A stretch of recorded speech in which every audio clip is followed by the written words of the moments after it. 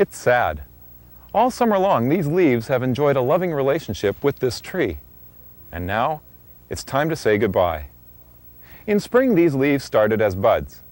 All summer long, the tree sent up its sap so that the leaves could dance in the wind. Their stems were attached tightly so that they wouldn't blow away during storms. Now, that good relationship is coming to an end. I wonder if these leaves are sad. There are other places in nature where breakups take place, and some creatures have ways of taking care of themselves.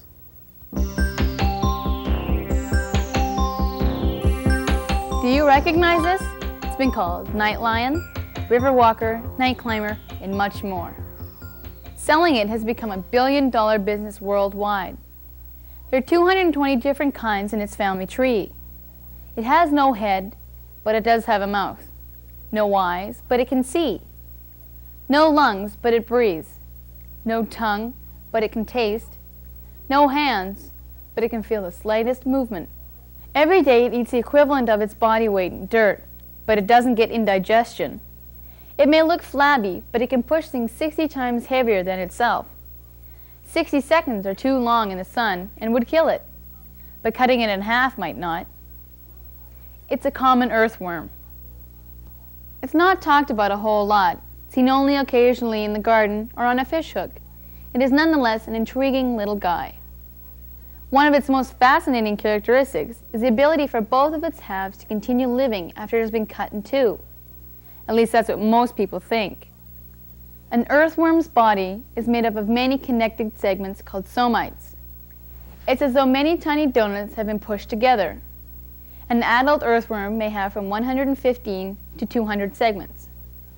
All of the most important internal organs of the earthworm are found in the first 30 to 40 segments. Because it eats so much every day, it has a highly developed digestive system. That system ends here at the 20th segment. A nervous system is crucial to the survival of an earthworm. A pair of nerve cells in the first 4 segments control the nerves throughout the entire body. 2 major blood vessels in the front 10 segments channel all the blood in its body. Cutting an earthworm in half will leave you with either 1 worm or no worms, but never 2 worms. Because the most important internal organs are in the first 30 segments, cutting a worm in half after the 30th segment gives the front piece a good chance of surviving. Cutting a worm between the 11th and 30th segment is almost always fatal, because the nervous system is destroyed. The back half of a split worm may live by osmosis for a few days, but because the cropping gizzards are in the other half, eventually the back half will starve to death. In the meantime, the front half does have an amazing ability to regrow its segments it has lost. If the worm originally is 150 segments long and is cut at the 40th segment, it will grow back exactly 110 segments to where it was. On the average, earthworms grow 1 new segment every 2 days. For a worm that has been cut, scars will remain. The more segments that were left in the front, the quicker it regrows. So even though the earthworm can regrow the half that has been cut off, when an earthworm is split up, at least one part of it always dies. We'll be back after this.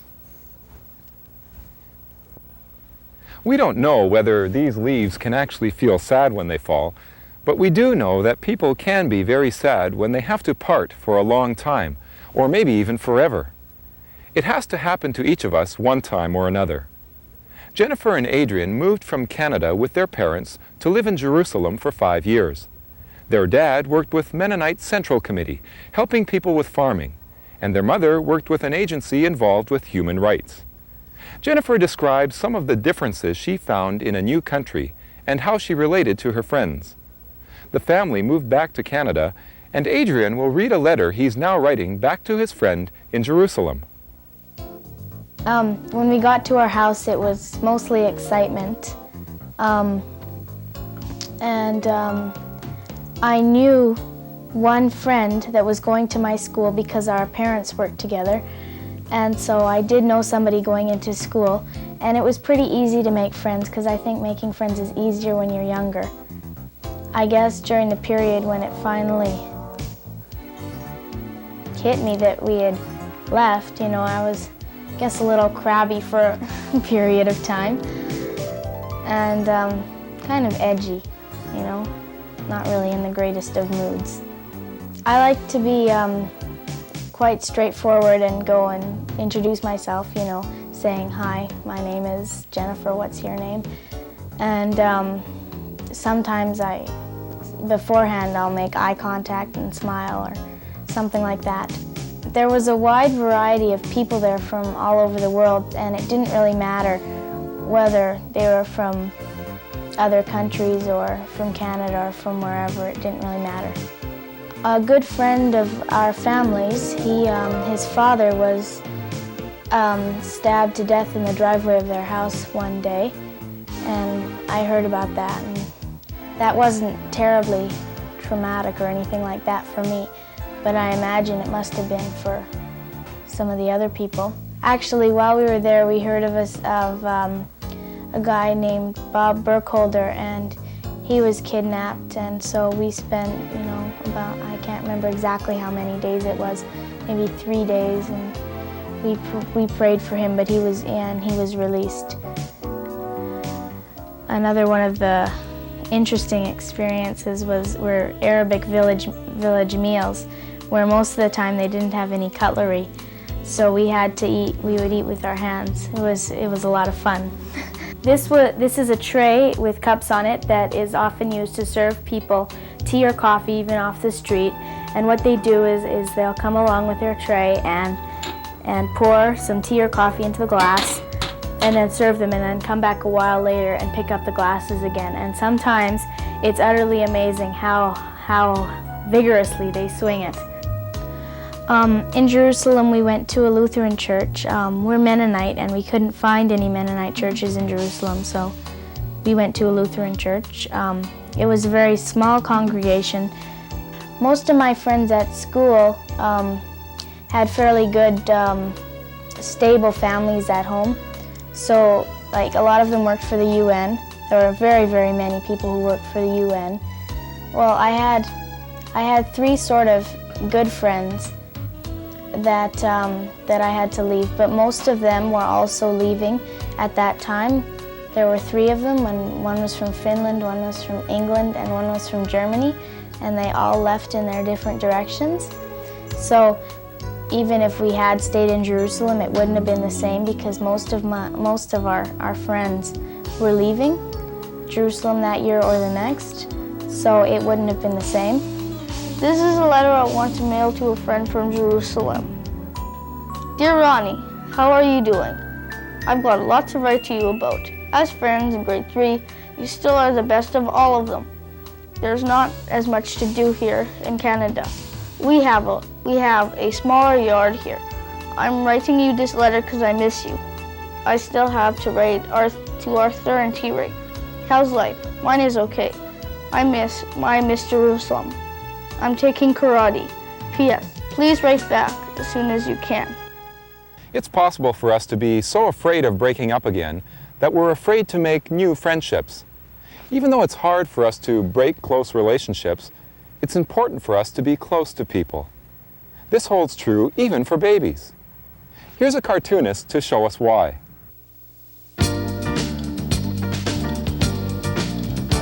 People communicate with each other in many ways. Often we say more to each other through our body language than we do through our words. This can include smiles, eye contact, gestures, and many other subtle ways. One of the ways we show that we care about each other is through touch. Our common practice of shaking hands when we meet is supposed to have begun centuries ago, when it was important for people to say, "See, I have no weapon in my hand." There is a lot in the Bible about touching. Jesus often touched people when he healed them. Some of the mothers brought their babies to him so that he could touch them. Touch is meaningful to us even before we are born. Less than 8 weeks after conception, before a human embryo is an inch long, it responds to light stroking of its upper lip or nose. This is before it has eyes or ears. Adults often describe behavior in terms of touch. We talk about rubbing someone the wrong way, or we say that another person has a soft touch. We may describe someone as being thick-skinned, and we call a deeply moving experience a touching experience. It is recorded of Frederick II, Emperor of Germany, many years ago that he decided to do an experiment. He wanted to find out what language babies would come to speak if no one ever talked to them. Would they come up with Hebrew, Greek, Latin, or the language of their parents? The babies were given to foster mothers who cared for them but were not allowed to cuddle them and coo or speak to them. Well, the experiment failed because the children died. It was discovered that they could not live without coddling and loving words. There was a time in North America when parents were advised not to pick up a baby when it cried, not to spoil it in any way by too much handling. The idea of tender love and care was too unscientific. Institutions for children were kept perfectly clean, but babies kept developing a disease called marasmus, where they would simply waste away and often die. Eventually, people found out that babies living in a poor, not-so-clean home were healthier than babies in a sterile institution without tender love and care. What they needed to survive was not isolation, but to be handled, carried, cuddled, and cooed to. Children need these basic experiences of reassurance. As we grow up, we continue to need care and attention. A touch of reassurance on the arm, a hand on the shoulder expressing comfort, a reassuring hug. Sometimes when we hunger for tender love and care from our friends, we don't get it. But it can still come to us from a Heavenly Father who wants to care for us. A verse in the Bible says, "The Lord delights in the way of the man whose steps he has made firm. Though he stumbles, he will not fall, for the Lord upholds him with his hand." We'll be back after this. It can be easy to keep people away from you. You can do this by being prickly, like having a prickly personality, or just being plain hard to get along with. Some of the creatures that live under the water do this deliberately to keep others from threatening them.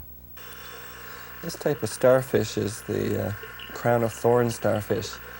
It is very sticky. Its little legs stick to my hands and it was hard to let go, but its back is covered with very sharp spines and enough to stick into your fingers and to cut me. I think here I hurt my finger here, and a little bit of blood comes out of my finger because it's very prickly. So you have to handle them with very much care.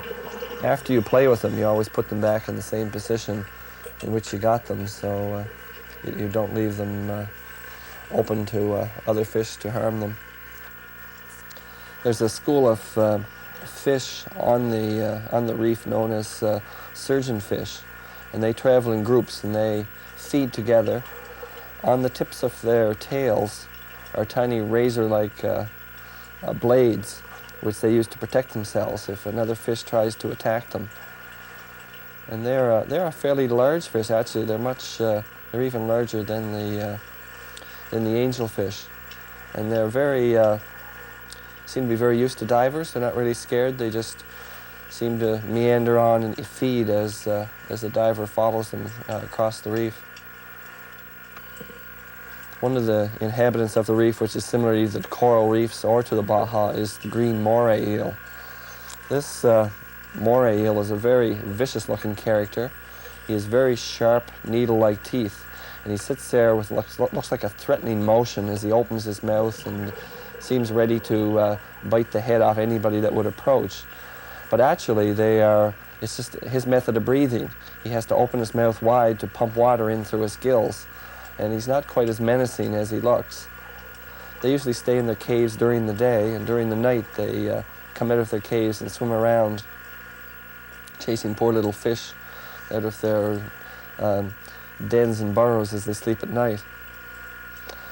Fortunately, this moray was able to come out of its cave, and you can see how he swims, which is not too common during the daytime. Here he comes out of the cave and swims. He swims with almost like a ribbon in the wind. He very fluid and very quickly he can swim through the water. But he only swims in order to go to another cave and hide in the other cave.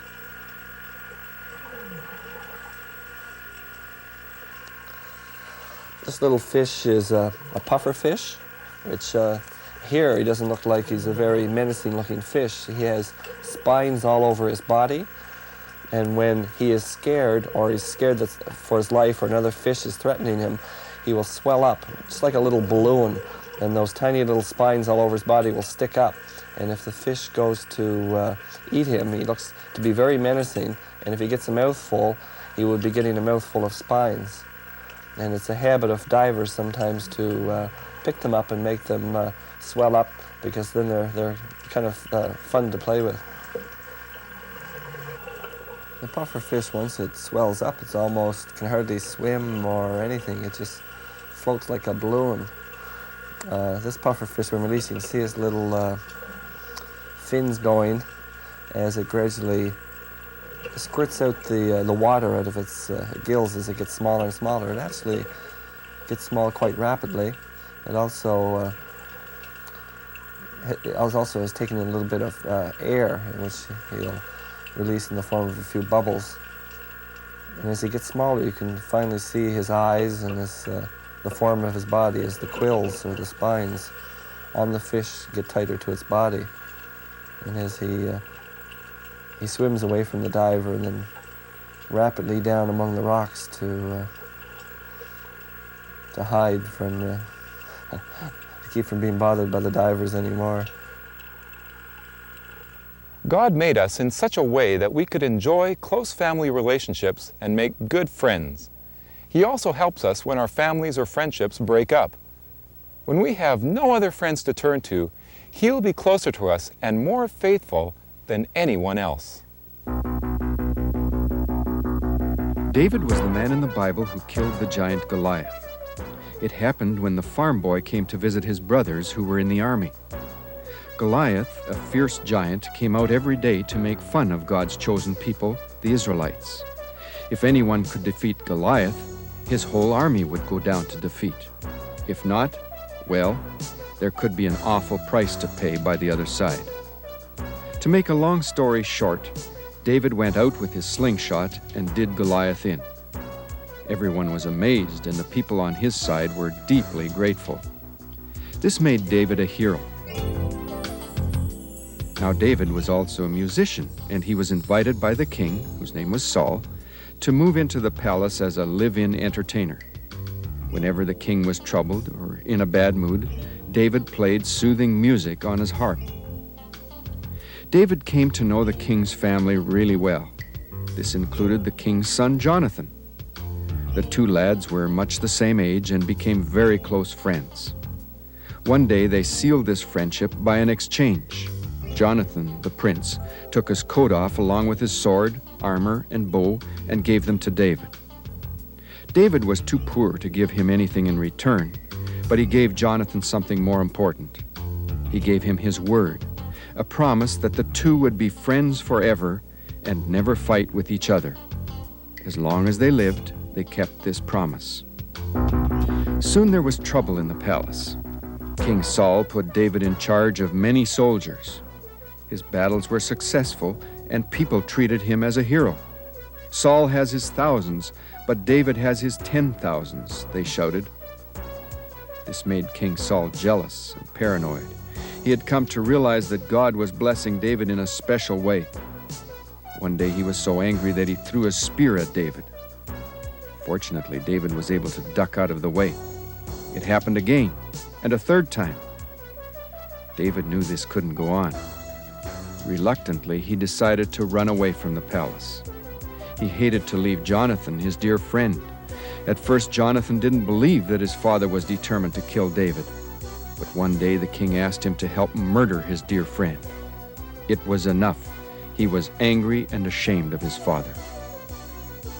The two friends met in a field. They wrapped their arms around each other and cried together. Both of them wondered if they would ever see each other again. One of the last things they did was to pray to God and ask him to be with their friendship and their descendants forever. And then they parted.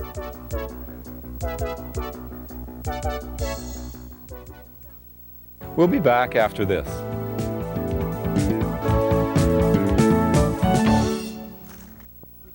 We try to be noble and independent, but often it's easier for us to do together with someone what we can't do alone.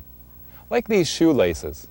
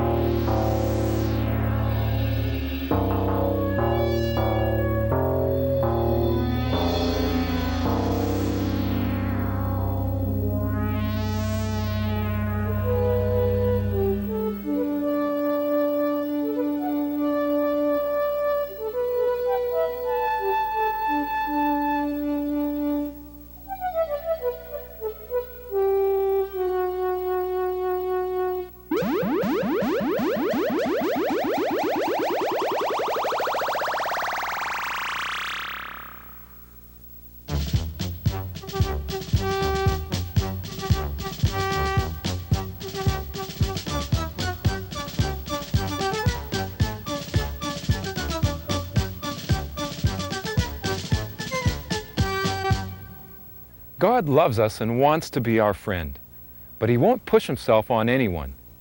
He comes when we invite His Son Jesus into our lives to be with us always. He can be closer to us than a good brother or sister. We never have to be alone. We'd like to hear from you at the Third Story. When you write, we'll send you a free survival kit, something to help you get to know God better. It includes a poster with Bible verses on it, a Bible study book with a book of the Bible, a book of cartoons and stories, and a helpful book of Bible verses for the whole family.